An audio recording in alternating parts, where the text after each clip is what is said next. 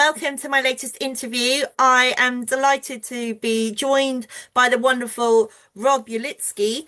Uh, Hello. Hello, how are you, Rob?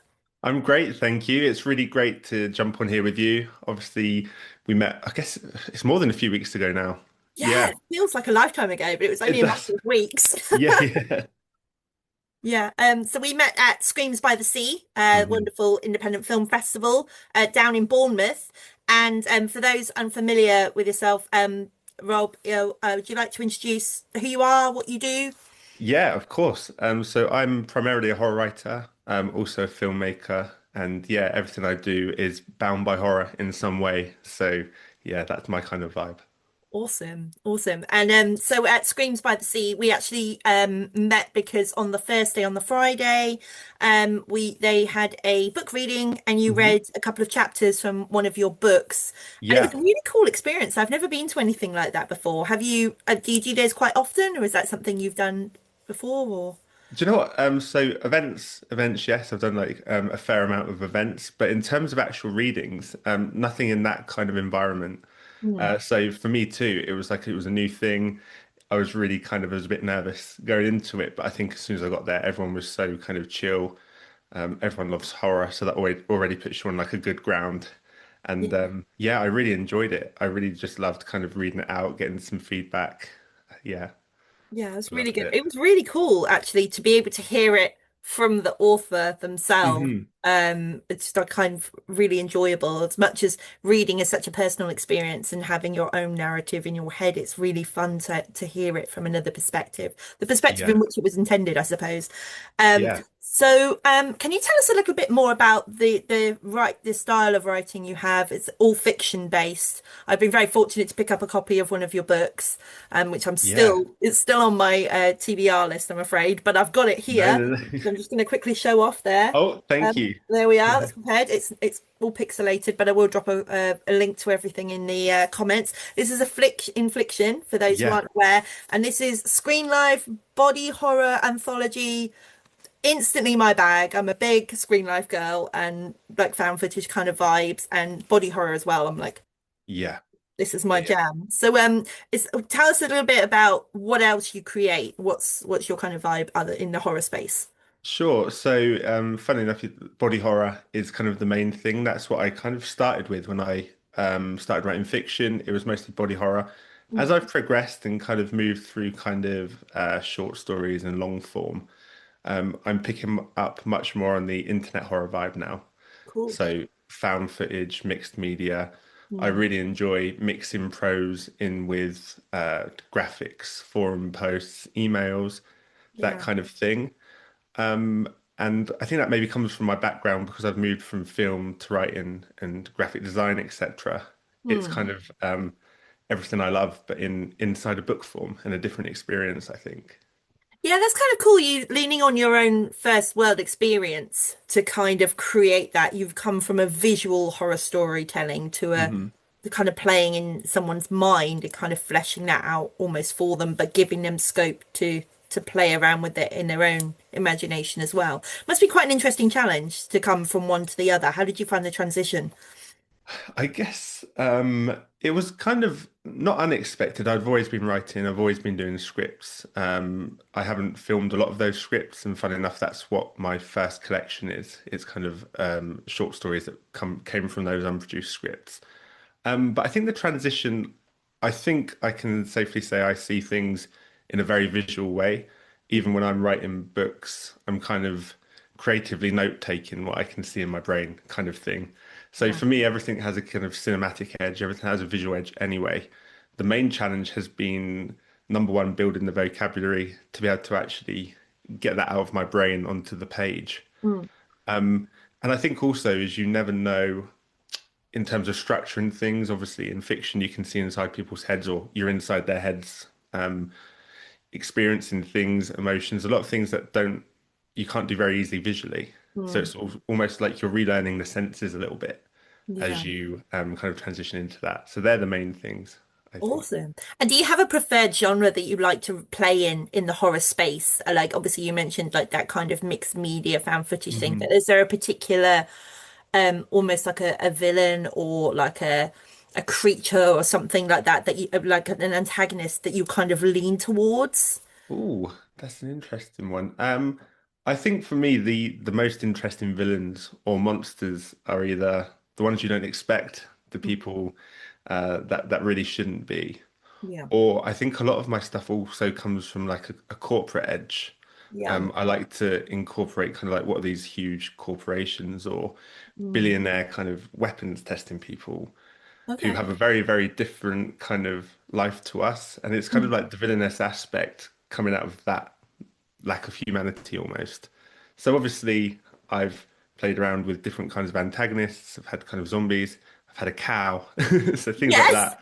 that guy So right I was going to say the there. beanie. I can spot the Right there. beanie.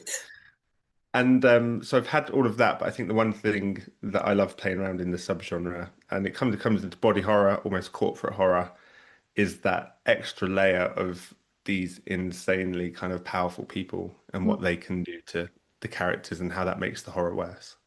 That's really timely given the kind of landscape we're in politically, Hmm. economically at the moment.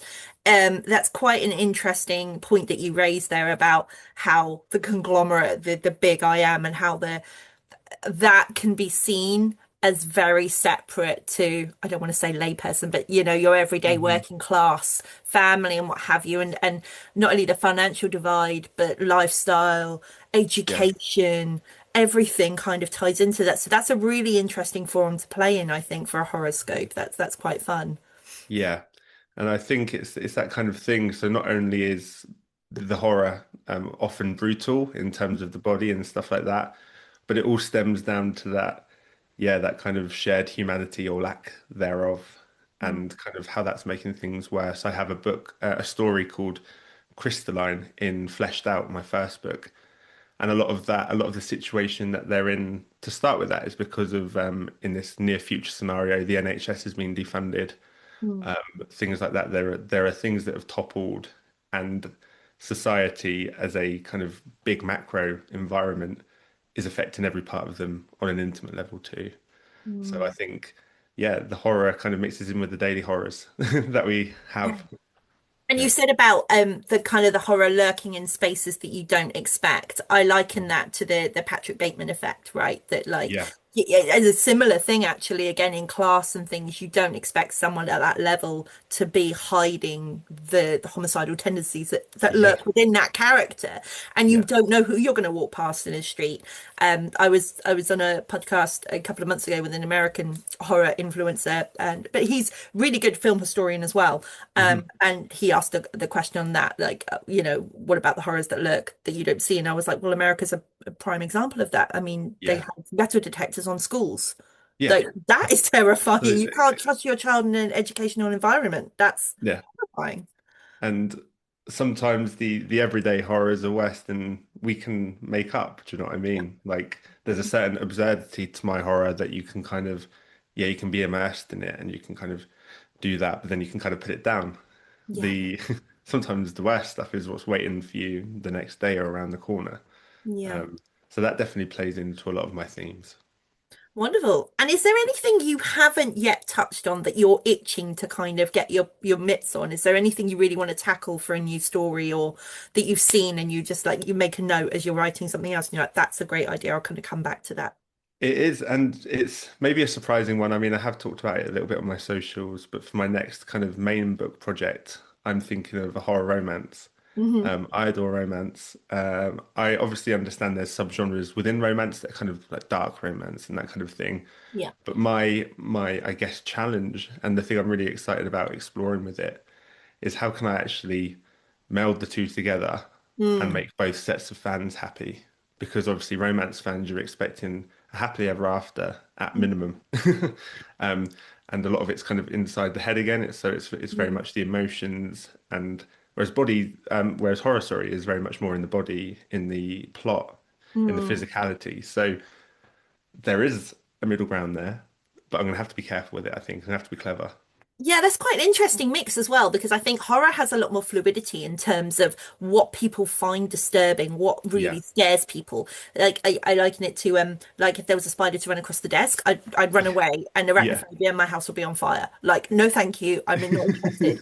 But somebody else could really stand that, whereas I could watch the most visceral gore and be fine, and some Mm. people would be like, no thank you. Whereas I think romance is as a genre, I'm not as au fait. That's not me. I'm not a girly girl. But Yeah. I would say that it feels more restrained as a genre. You've kind of got your play by play, and it's Mm. kind of this structure, but there's not really much movement outside of that, I don't think. So it'd be really I'd interesting agree. to see what you Yeah. do in in that space. Yeah, I don't think it would be a bad thing to say it's very formulaic. People know what they expect when they read a romance. There's very much those beats. And there's Hmm. beats in horror as well, but then it's so much easier to experiment and go Mm. off kind of off course or try different things, more abstract things. Yeah. Um, so yeah, I haven't 100% worked out how I'm going to do that yet. But that's a challenge I'm Challenge. really looking forward to. Awesome. And then in terms of new releases, have you got anything you'd like to plug at the moment that you're currently Oh, well, if you're asking, everything? yeah. Everything. Um, I have actually. I'm starting to explore a wider kind of mythos in my horror work. The majority of it is tied together by a town called Egglemore. Okay. I'm starting to really explore that and kind of drip feed a little bit of the lore. And Mm. so what I'm going to do, I have probably, I think it's right at the start of May. I think it's the 6th of May. I have a new digital story, so it's a short story, but it's a different kind of drop for me because I'm going to deliver a mixed media case file and Okay. then the story the case file is based on. Oh, And the idea is that you can kind of explore that mixed media thing that people are enjoying right now, but still cool. have a narrative that kind of makes sense. It's got the beginning, middle, end, blah blah. Yeah. Um, and I am doing a little secret thing within that case file. I'm going to hide a password. So I'm going to give it a little bit of a mysterious vibe. And Fun. if people can work out that password, they'll get an extended ending of the story, which would also give a bit more lore. That's so So cool. I I love need to tighten up that elevator pitch a little bit. It's it. quite a lot to explain, but I'm sure, yeah, by the 6th of May, I will have it all locked in. That's quite fun, actually. You mentioned the setting because I've been seeing on your socials, you've been dropping like images and then like little one-liners, and I was like, what Hmm. is this? This is kind of Yeah. fun. It's kind of reminding me of like some of the campaigns you see in horror Hmm. movies where they do like the Blair Witch thing, for example, is a prime Yeah. example of that. They kind of drip feed you a little bit and then a little bit, and then you're like, well, what is real and what isn't? Yeah, That's really fun. 100%. And it's something I've been thinking about for a couple of years now. Like I have this whole lore in my head. I have like I've been through it very, very detailed. And I think the challenge with that is how much do I give away at each point and in what order? Because obviously Mm, there is a bigger reveal or a lot of bigger reveals. Um, but if I play this right, I think this work will kind of last as long as I'm writing and as I'm creating. So it's interesting. I've never had the overarching kind of concept to deal with before, and so mm. it's a new challenge. But again, I think I have so many plans with it that I'm excited about, but just in time. Really exciting. You're kind of world building without realizing it, and Hmm. just kind of expanding on your own universe. You're Terry Pratchett, you're Stephen King. Everything's Yeah, gonna kind of thank you. eventually like meld into one melting pot, and it'll all make sense. That's so It's what I'm exciting. hoping for, and I think, as I said at the start, my kind of business of horror now and my aims and goals are to write the books Mm. and then extend the worlds from there. Wow. Like whether that's in filmmaking, if that's in games, if Mhm. that's tied to events or world building, as you said, that's very much my interest right now. Mm. So as much as I will keep doing different drops Mm. and things like that, everything's going to start being a lot more clearer and it's going Mm. to kind of converge a bit more. Awesome. And if there's somebody to come into your work, something you would probably recommend as a first read, where would you Hmm. kind of navigate people? Have you got a couple of examples that might be quite easily Yeah, I accessible? think for me, and this is how I kind of go for new authors and things like that, I like to try a short story first or a collection. Mhm. So I always, I'd actually say Infliction, which you picked up at the camera at the Yeah, start. Thank you. no problem. Is I think my better of the two short story collections. I love them both, but that one's a little bit more recent and it's got a lot of fun stories in there that I really enjoyed. And I think that also gives you enough of the internet vibe and the body horror vibe to Mm. see if you're gonna like my work. Yeah. And people always say to me as well, like we all have huge TBRs. We're all trying to read a lot of things. Some people like a short story collection as a Yeah. palate cleanser in between bigger books. Mhm. So I think that would probably be where I started. But I did actually update my website recently, and under books there now, I've done it as more of a kind of not choose your adventure, but I've broken it down by subgenre. So if people go on Mhm. there and they're like, I want zombies, they're going to get straight to the zombies instead of trying to kind of work out which book. So That's a really good tool to have as well, to have that mindset of going, because as I said before, like horror is so vast yeah, that everybody's kind of into their own niche. You could enjoy it as a whole, but actually easily digestible. It's not like a film that you've got a quick synopsis, it's no, so much no, no, harder, I think, to sell yeah, literature than it is hmm filmmaking. yeah. And it's interesting. I think obviously the more I've done this, I've been doing this for a few years now, Mm. since around 2020, I think it is, so about 5 or 6 years. And you kind of realize as you go and as you develop, the way that people are finding your work, the way that people are engaging with it. And I kind of take all of that, and that helps me inform what I'm doing on socials and things. I think it's all very interconnected, Mm. um, especially when you're an author on socials, kind of selling books in different places. Yeah. So for me, it's yeah, how do I remove as much friction as possible? If people want to try me out, but they don't want to go through they don't want to know about everything I've done and everything about Mm. Egglemore yet. They just need that one little story to decide if they're invested. So I'm trying Yeah. to, yeah, work that out some more. Awesome. And is there kind of audio versions of your books available or anything like that in that kind of Spotify space or anything like that? Or is Yeah, that something you're so considering? Okay. so the first two audiobooks of Dead Awake, they're Mhm. out right now on all platforms, so Spotify, Audible, etc. Yeah. The third one is coming, I believe, next month. I will have to fact check that. Yeah. And then, yeah, I'm in the process of getting the rest of those. It's 6 books, so the rest of those. And I can give you a little sneaky exclusive as well, Oh because yeah, because go we love on. an exclusive. Love that. Um, Last year, I worked with some friends, and we have done High Stakes as an audiobook. Ooh, We're in the final kind of stretch of getting that ready and kind of getting that uploaded. So obviously, I'll keep you updated. I'll keep my socials updated. fabulous. But yeah, so that'll be the next one on audio too, and it will be sometime this year. Great, because high stakes is definitely one that I'm kind of Yeah, invested in. So subliminal yeah, messaging over here. I love that. And for anyone who isn't aware, high stakes is your killer cow story. The Killer Cow book. It was the first novel I Wonderful. did after the short story collection. I was like, I need to learn how to write something more substantial, like proper novel size, because up till then I'd only done short stories. Yeah. And so I was like, I also want to make it fun. Like, I don't want to try and do anything too complicated. I don't want to try and kind of make it too analytical or theory or, this isn't going to be a super clever book. And I was like, I need to do something B-movie vibes. Killer Cow, I thought. It's Perfect. just instantly attractive. Like, as a book idea, not the cow. The cow's not attractive. Well, I mean, Yeah. some people find things, yeah, I can think of one person in particular who'd find that quite interesting. They've got quite a hear me out list, I have to say. But anyway, Yeah. we digress. We won't expose them. No, Yeah. she exposes herself, bless her, it's fine. Wonderful. And then in terms of so obviously you've got your new projects coming out. Where Mhm. can people find you at the moment? Where's the best place to kind of get the latest updates for you? So, obviously, robhorror.com is my website. I've used that URL so people don't have to try and spell my last name. So it's a I bit of a love tricky that. one.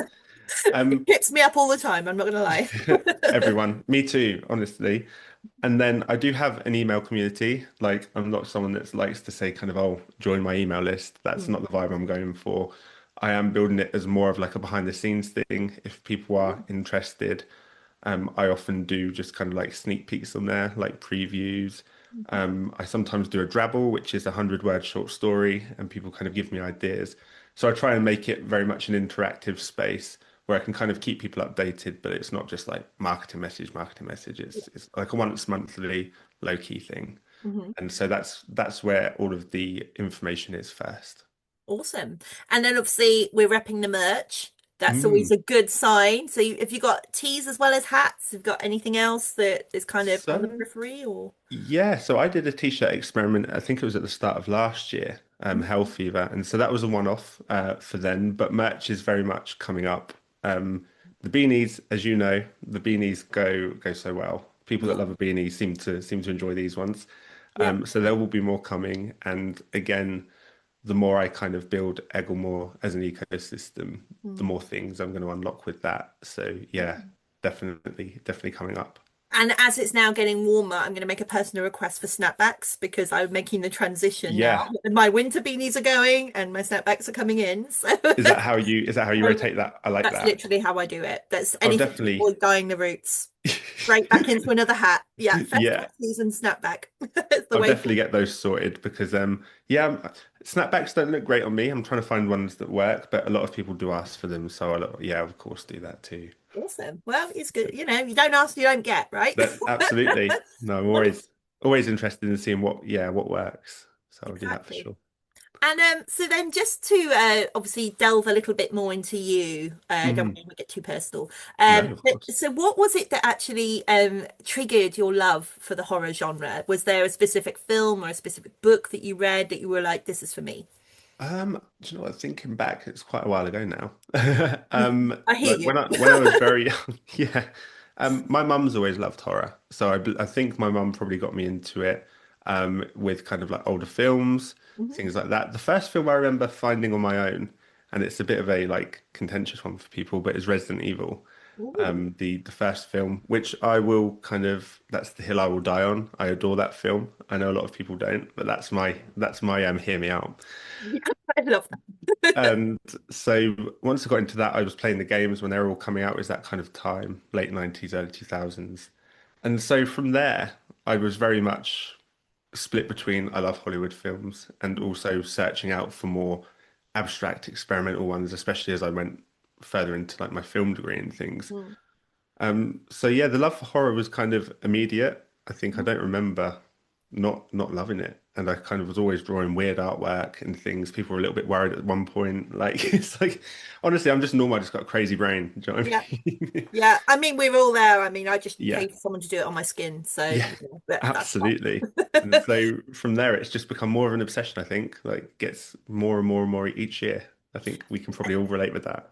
Definitely. And is there anything you've watched recently that you've gone, oh, do you know what? That was probably one of the best things I've seen, like Ooh, creatively, or something you've gone, creatively.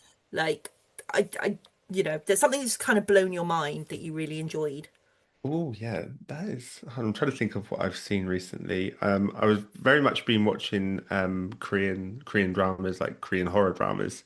Okay. I also do delve into the romantic ones every now and then. I'm not going to lie.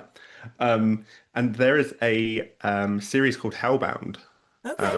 on Netflix, I've seen the and first season and I really liked the yes, concept of that. The creatures hmm were fantastic. However yeah, they made them, they were wonderful. yeah, insanely good. So Hellbound, that's something I watched recently, and also I did a rewatch of All of Us Are Dead, the Korean zombie series, Nice. because we're waiting for that season two still. Um, and for me, like Korean horror is another level above for me, and I get a lot of inspiration from it. So Mm. I'm always searching for new stuff like that. But in terms of yeah, other horror stuff recently, nothing. It's not that nothing has blown my mind. It's just I haven't had a lot of time to watch much. But I am really excited for Backrooms, as we've had a little chat about. Yeah. Yeah, Backrooms is going to be fun. I think May is absolutely stacked. I keep seeing people saying May releases. We've obviously got Hokum this week, Yeah. Backrooms, Passenger, uh, Hmm. Obsession. Like that's one in particular that I think people are going to be shocked by. Yeah. Yeah, it's quite an interesting time to be a horror fan, and so many really cool up and coming directors, first time directors as well. Really playing in that space, which is really Yeah. fun. It So feels very alive, doesn't it? The horror film genre feels very alive this year, yeah, especially. and I think obviously with the success of things like Sinners and things, we're actually getting more critical acclaim. We're getting bigger studios. Like not that we Hmm. didn't have the studio backing, but actually taking chances on directors and filmmakers that have a separate vision, that aren't Yeah. just going to be the yes men to the financiers, as it were. They're going to be like 100%. this is my creative idea. I'm sticking with it. If you don't like it, I've got three other studios on the door, kind Yep. of thing. And that's the dream, right? Yeah, yeah, And if absolutely. not, I think it's a really wonderful time to be a fan of the genre because there are so many independent platforms developing. You've Mm. got Found TV, Foursome, Bloodstream. You've got so many great avenues now that people can independently see their work being distributed, which is really fun as a fan. Yeah. You get to discover so much more. Yeah, absolutely. And the playing field, I wouldn't say is completely level, but obviously it's a bit more accessible to be able to see stuff on YouTube now, Mhm. see stuff on Amazon Prime, things like that, and obviously Shudder as we get into high production values. Mm. So yeah, it's a great time to be a horror fan. Definitely, absolutely. And is there anything else that kind of you would like to tell us about yourself to get to know you as an author, as a creator? Is there anything Uh, you would like what to would I like? like to say? I guess one of the other big things that I'm working on right now is I'm adapting one of my books, We Met in the Forums, to into a feature film. Yeah. It's not at that kind of stage where it's all funded and the script and it's ready to go. It's very much all the way back. Hmm. I made the decision. I also made the decision to share the journey, kind of warts and all. So there's going to be highs, lows, and all the in-betweens. And the first episode of that will be out in a couple of days. Yes.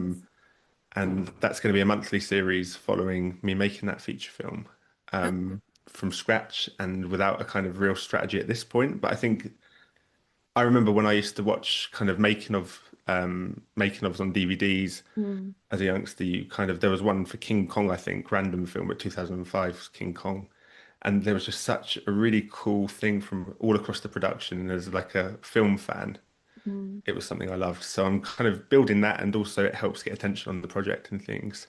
Um, so yeah, I guess the thing I'd like people to know is I'm back in the film space It's so after after a exciting. little bit away.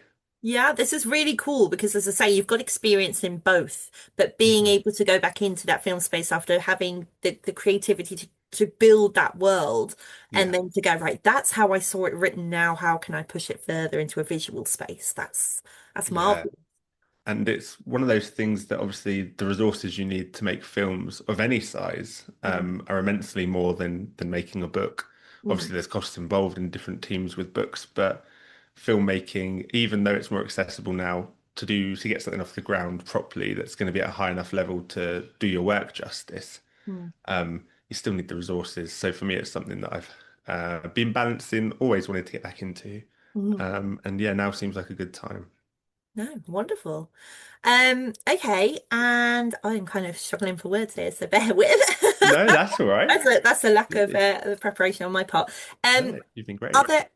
there any authors that you really enjoy reading? Any inspiration either to your work or just on a personal vibe that you're like, I I think read for myself. me, right now, I think I'm just jumping into a lot of different cultures today. I'm really on the Japanese authors, Koji Suzuki, who made The Ring, who wrote The Ring. Yep. There is a artist called Shintaro Keigo, who does these really cool kind of artworks, but they're very body horror, but kind of pastel colored. And so he has Ooh, some art books. Junji Ito is obviously a huge one for graphic novels. And so I'm reading a lot kind of around that at the moment. And what I do love doing as well in between those, I'm going to struggle for names without thinking off the top of my head, but I love to go on Godless and mm, just kind of see what's new, what's kind of like short story, whatever, someone I haven't ever heard of. yeah, I love just going in, finding people, yeah, reading it, and like all things, it's always a mixed bag. But mm, I got a lot of my start from Godless when I was doing short stories as well. So it feels like a really fun place to find people that might not be super big on socials yet, or they might just be finding their feet as writers. yeah. So yeah, I love a little Godless browse. That's such a cool little moment because I didn't know anything about that. So I'm Oh, in my okay. brain going, well, that's me in on Alter on Yeah. YouTube forever, like having a 10-minute break in amongst everything else. I'm like, I'm gonna go throw a couple of 3-minute shorts on and see who I discover. Hmm. And that's actually how I got on this journey, was I just commented on Wow. Okay. something. Yeah, really funnily, I just kind of talked about it on my channel. I was just throwing my thoughts out there and they went, well, I'm at a film festival. And I was like, okay, It's what? how it all happens, Yeah, isn't it? Like you find yeah, new things. I think especially if we're always seeking new horror, yeah. like there's a lot going on. So it's like Mm, not all of it's going to rise to the top of socials. There's always going to be kind of bigger stories and stuff, yeah. taking that limelight a bit more. So any chance I can also help support, a smaller author is an easy decision for Yeah. me. And do you have any advice for anyone either looking to get into the filmmaking side or to create their own stories? I think what I've realized after kind of like an up and down journey as well, because this one has not been straightforward to say the least, like getting here. Mm. Um, But I think the important thing is to, number one, get your work out.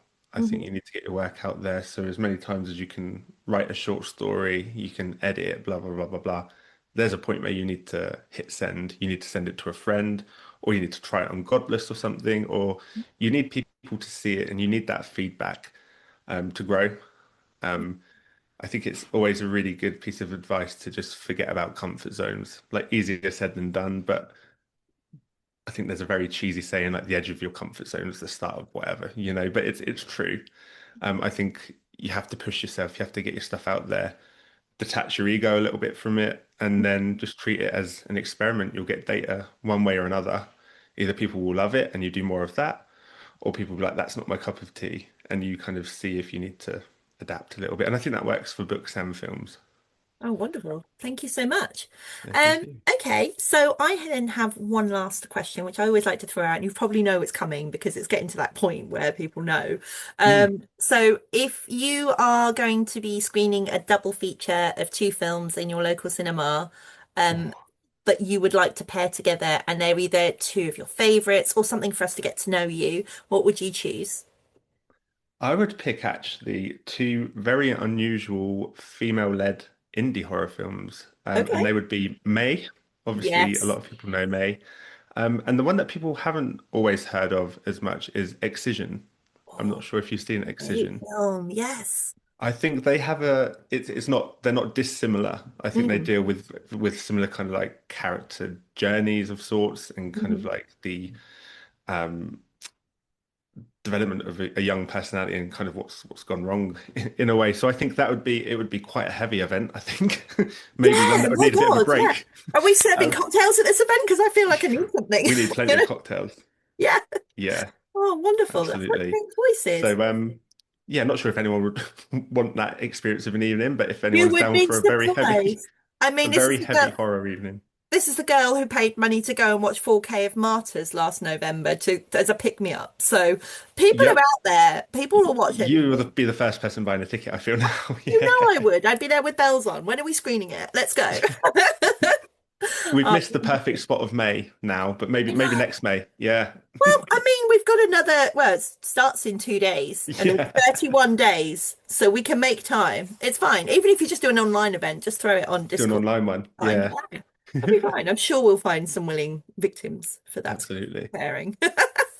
Wonderful. Well, thank you so much, Rob, for taking the Thank you. time and for actually just introducing yourself to potentially Yeah, new I really audience. appreciate the chance to do so. Yeah, no problem. I'll drop all of your socials and everything into the link so everyone can find all the decent merch, which of course is just something I'm really into, Thank all you. these wonderful books, and fully immerse yourself in the world that you're going to be building. It's very exciting. Amazing. Thank you so much. No, thank you.